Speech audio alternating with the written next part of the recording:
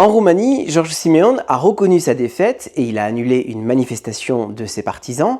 Il n'y aura donc pas de contestation des résultats du second tour des présidentielles. Et c'est Dan Nicoșur, le maire de Bucarest, un centriste qui est élu président. Voilà qui met fin à la saga électorale roumaine qui avait commencé avec la présidentielle annulée de l'automne dernier. En tout cas, ça met fin à un épisode de cette saga et on verra si les dirigeants savent en tirer les leçons. Bonjour à tous, c'est Sébastien et bienvenue dans cette toute petite vidéo parce que vous avez sans doute dû entendre et lire beaucoup d'analyses sur l'élection présidentielle roumaine d'hier dimanche 18 mai. Hier, c'était une journée chargée, il y avait aussi une présidentielle en Pologne, on aura l'occasion d'y revenir pour le second tour. Il y avait aussi Volodymyr Zelensky qui a rencontré le pape lors de son inauguration à Rome. Mais je veux marquer le coup de cette élection en Roumanie parce qu'elle était vraiment hors norme et hier, on a assisté à un retournement de situation complètement inattendu. Dan Nicoșur, donc le maire de Bucarest, centriste, a reçu 53,6% des voix, alors que George Simeon, candidat ultranationaliste et ouvertement trumpiste, a lui reçu 46,4% des voix. Et ça alors qu'au premier tour, il y a 2 semaines, Dan Nicoșur avait reçu 21% des voix et George Simeon avait lui obtenu 41% des voix. C'est-à-dire qu'il était vraiment très près d'être élu dès le premier tour. Alors qu'est-ce qui s'est passé entre les 2 tours? D'abord, une hausse remarquable de la participation. De 53% au premier tour à 65% au second tour, ce qui est le plus haut niveau de participation depuis l'an 2000. Environ 9,5 millions de personnes se sont déplacées aux urnes au premier tour et 11,5 millions au second tour, ce qui a largement bénéficié à Dan Nicoșur, qui a aussi profité de report des voix d'autres candidats. Au premier tour, il n'avait remporté qu'environ 2 millions de voix, et là, plus de 6 millions de voix. Alors que George Simeon, qui avait remporté presque 4 millions de voix au premier tour, il n'en a obtenu que 5 400 000 au second tour. Dan Nicoșur, qui, je le dis au passage, est un diplômé de la Sorbonne à Paris, a été élu président, mais cette élection visait d'abord et avant tout à désavouer George Simeon. C'était clairement un vote barrage, une sorte de front républicain dans un énorme plébiscite qui a été articulé selon une logique binaire, soit on est pour l'Europe, soit on est pour un repli nationaliste très trumpiste. Et ça, dans l'entre-deux tours, ça a mobilisé les urbains, ça a mobilisé l'intelligentsia, ça a mobilisé les classes moyennes, ça a mobilisé beaucoup des abstentionnistes, et ça a produit le résultat que l'on constate aujourd'hui. On peut aussi citer le segment des Hongrois de Roumanie qui ont largement soutenu Dan Nicoșur, et là, encore une fois, c'était pour empêcher George Simeon d'accéder à la présidence.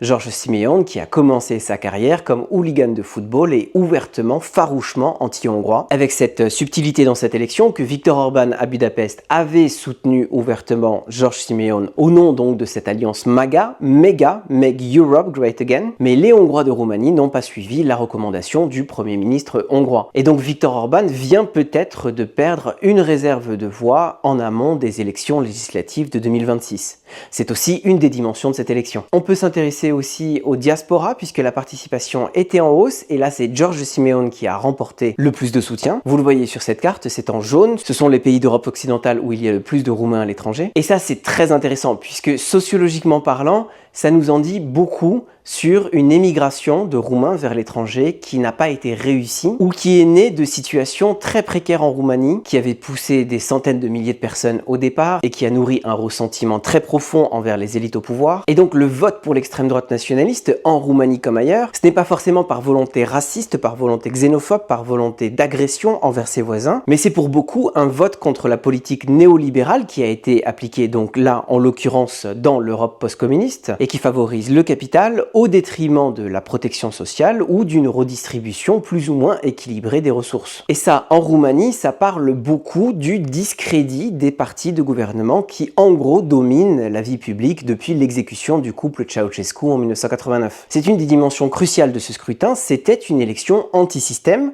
Et d'ailleurs, Dan Nicoșur lui-même, il a beau être maire de Bucarest depuis 2020, c'est un outsider. Il n'est rattaché ni aux libéraux ni aux sociodémocrates qui se partagent le pouvoir depuis des décennies. Et ce discrédit, il est tel que la Roumanie n'a plus de gouvernement, puisqu'il y a 2 semaines, le Premier ministre social-démocrate a démissionné en constatant les résultats catastrophiques de la présidentielle. Et donc maintenant, il revient au nouveau président de nommer un nouveau candidat Premier ministre pour qu'il puisse former un nouveau gouvernement, mais surtout qu'il mette en place des réformes économiques, sociales et anticorruption. Et je pense que c'est vraiment ça la leçon de cette saga, puisque évidemment, on peut voir cette élection à travers un prisme géopolitique. Et évidemment, dans le contexte contexte de l'invasion généralisée de l'Ukraine voisine par la Russie, la géopolitique est très importante.